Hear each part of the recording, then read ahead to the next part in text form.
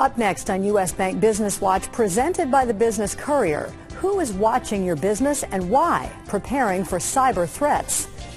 A local bank has taken the first step toward branches without tellers. And a trailblazing woman in Cincinnati is still making a difference. U.S. Bank Business Watch is next.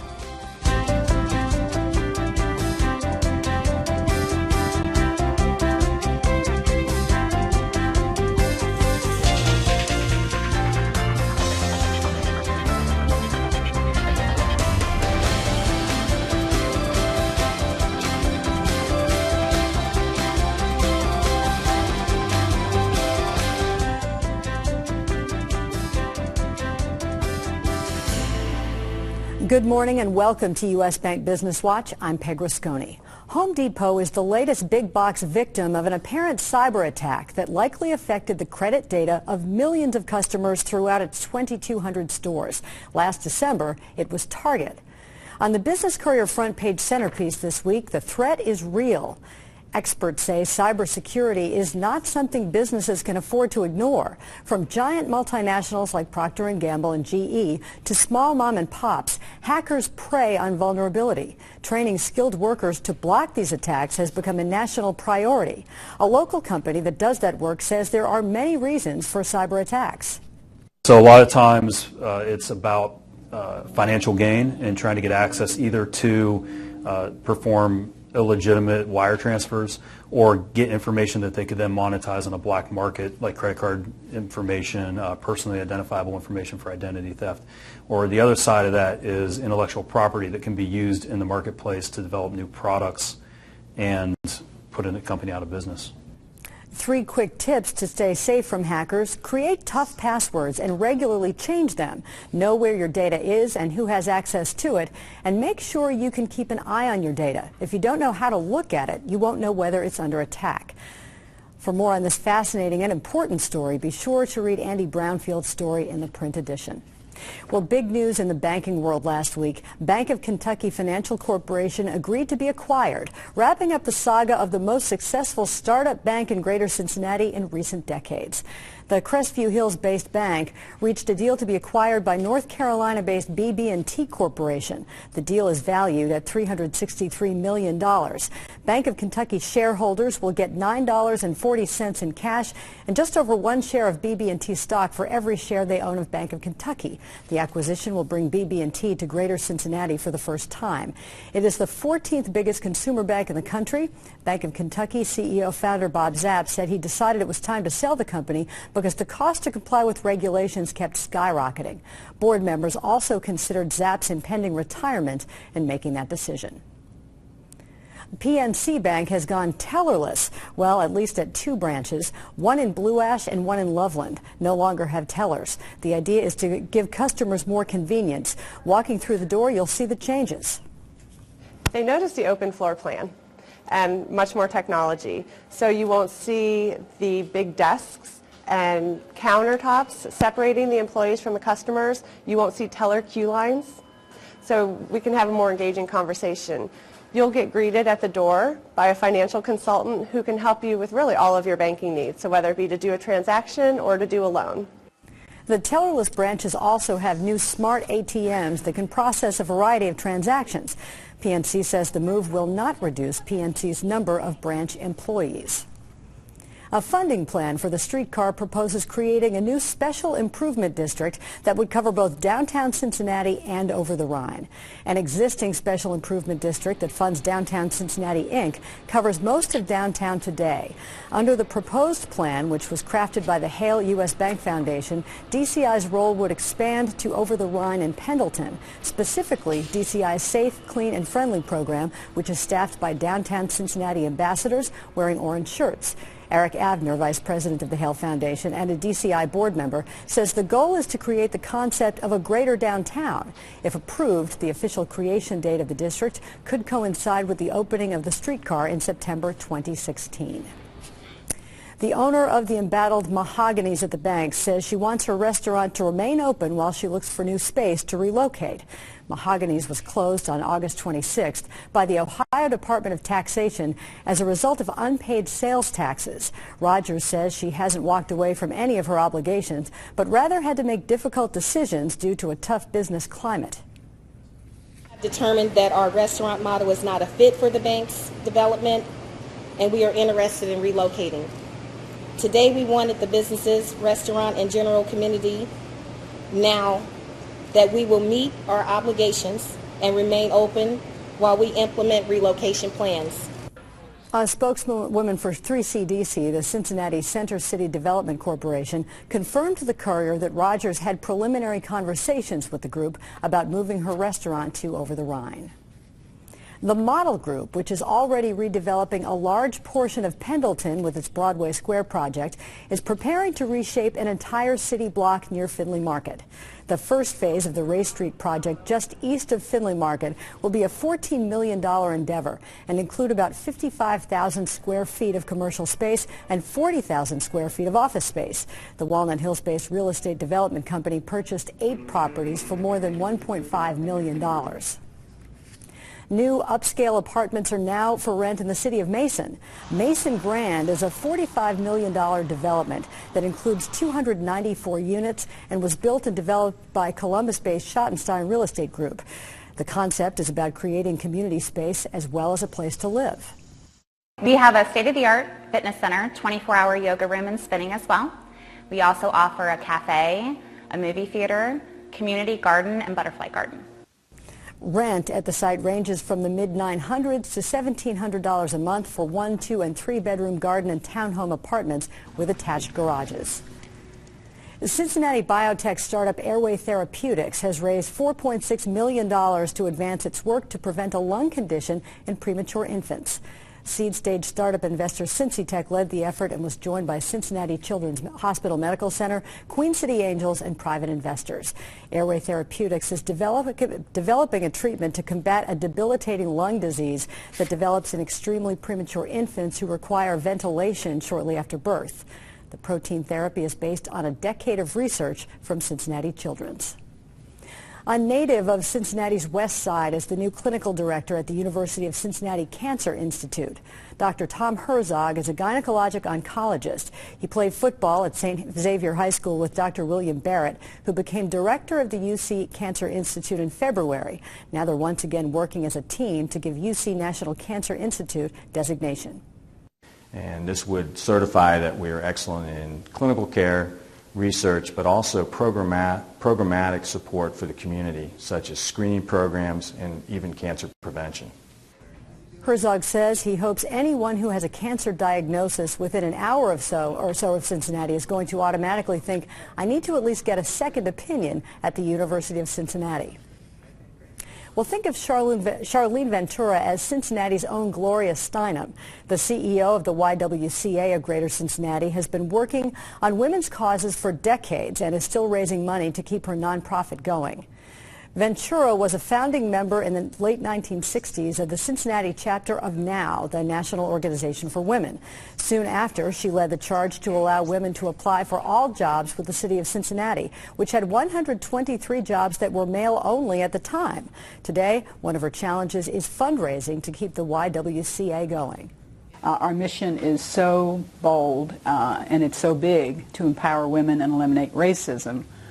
But I think our programs really respond to women's needs, and we have to continually do that and show our funders how we evaluate our programs, and we do, and we have a very rigorous way that we do that, which allows us to really show impact. A big source of revenue for the YWCA is its annual Salute to Career Women of Achievement, which ranks number 12 on this week's list of largest nonprofit fundraisers. Well, up next on U.S. Bank Business Watch, our most widely read web stories this week starts with a story that shocked and saddened the local business community. And new stores are coming to Rookwood Commons. We'll tell you the new places to shop.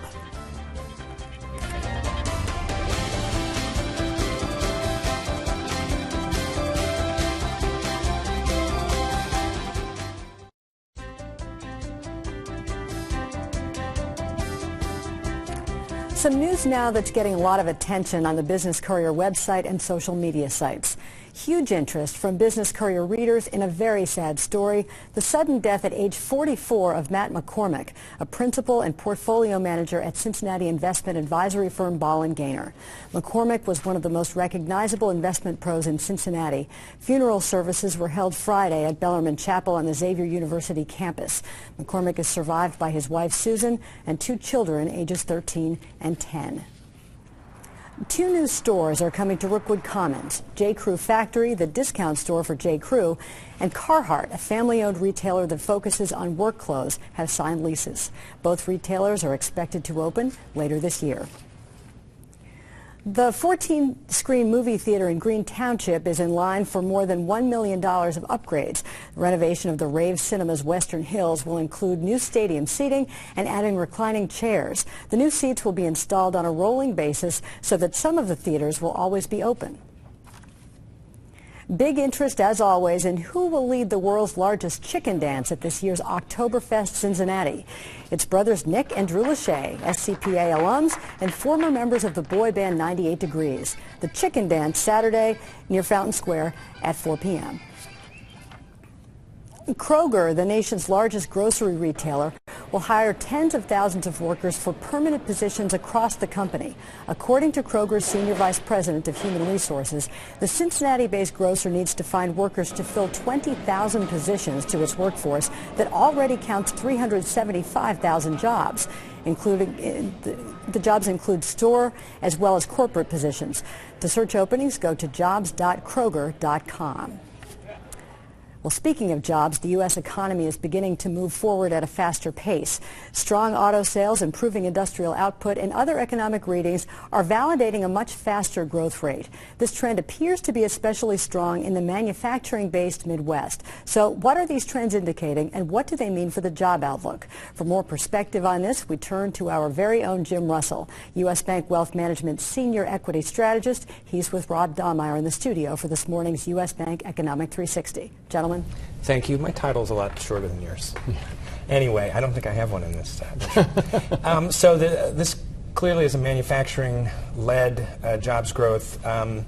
Is Ohio, Indiana, Kentucky, is this still considered a manufacturing center? And if so, I mean, is this job growth helping us? Yeah, Rob, good morning. This is an incredibly positive story for Ohio, frankly, Indiana, Kentucky as well.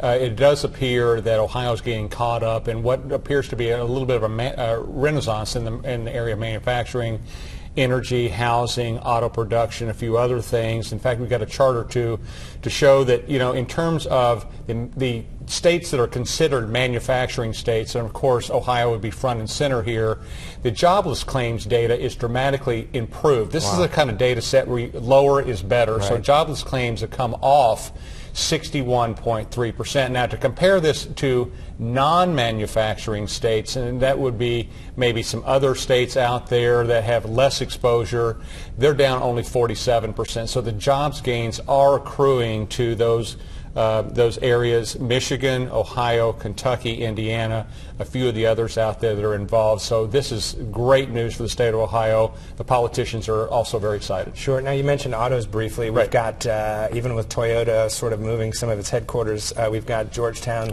Kentucky. We've got Honda in central Ohio, and in Indiana, we've got Ford, a huge plant in Sharonville. How important is auto manufacturing in Cincinnati, in this area, and is this really going to help us? It's extremely important. Auto sales looks like they may reach a record this year at about 17.5 million in terms of vehicle sales. Auto production, vehicle production is also extremely high. You can see what that chart looks like. You can see the rebound off the recessionary lows and where we're coming to. Just anecdotally, my wife and I were on the road over Labor Day weekend. Every third car we saw was a new car. And so it does appear that the consumer is opening up his and her pocketbook to maybe make that investment. investment, and it does seem to be this is a pretty active time to buy a car. The 2014s are on sale, the 15s are on their way, and a lot of people are making that move. But it certainly helps on the jobs, and it certainly helps in the state of Ohio, Kentucky, and Indiana. Now, something you and I usually end with, which I always think is the most important question, is sustainability, or what we're going to see in the future. Is this job growth something that you think we'll be able to see into next year? You know, we've had several false starts in this economic recovery where we thought we'd see the light of day only to fall back. We do think that the U.S. economy is reaching maybe an escape velocity at this point. Looks like about a 3% type of growth rate from here on out. We think that's going to be operative in the third quarter of this year, fourth quarter of this year, and on into 2015. Now, a couple risks, of course, to that forecast. Europe becomes the key risk, and of course that depends upon the Ukrainian-Russian military situation, right, which is not a positive for Europe in general. About 35% of the S&P 500's revenue stream is non-domestic, and a lot of that is Europe. Right. So we'll have to see how that plays out a little bit, but we do think that we're perhaps in an era of sustainability, low growth, and perhaps improving growth, and maybe less negative headlines from here on out. Headlines today are good, though, so we'll take that. Yes, sir. Thank you very much. Peg, back to you. All right, thanks Jim and Rob, who is Business Courier editor, but you knew that. Well, still to come on U.S. Bank Business Watch, honoring our community's young leaders. Local 12's Bob Herzog joins us next to talk about 40 under 40. And hey, he may dance. And congratulations to Julie Nielsen-Gosden, Senior Manager of Social Media at Pearson North America and editor of the local food blog Wine Me, Dine Me, another of our 40 under 40 honorees.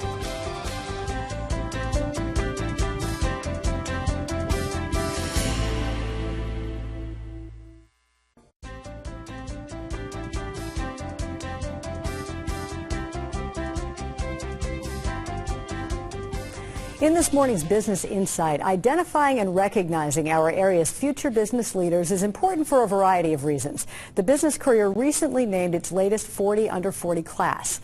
The program recognizes Greater Cincinnati's next generation of young leaders and innovators, people who have already made a mark professionally and in the community and are sure to go on to contribute more.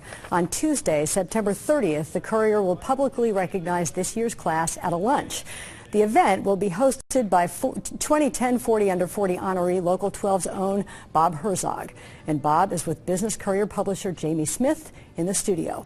Bob and Jamie. Thanks, Peg.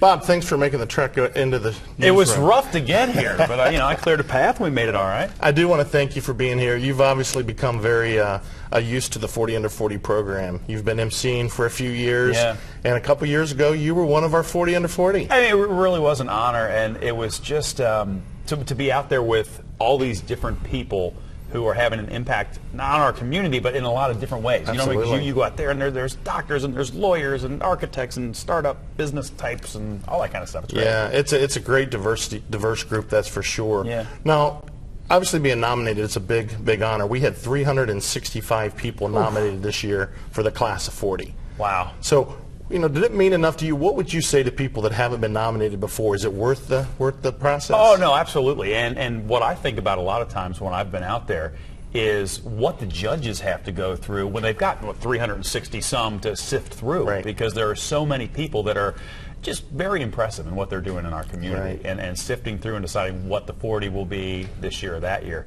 has got to be a bit of a daunting task. What we always like to say about it too is it's not only a diverse audience or not only a diverse group, but it's not just one thing. They don't have to be just good business leaders. They have to be out there and doing work with nonprofits.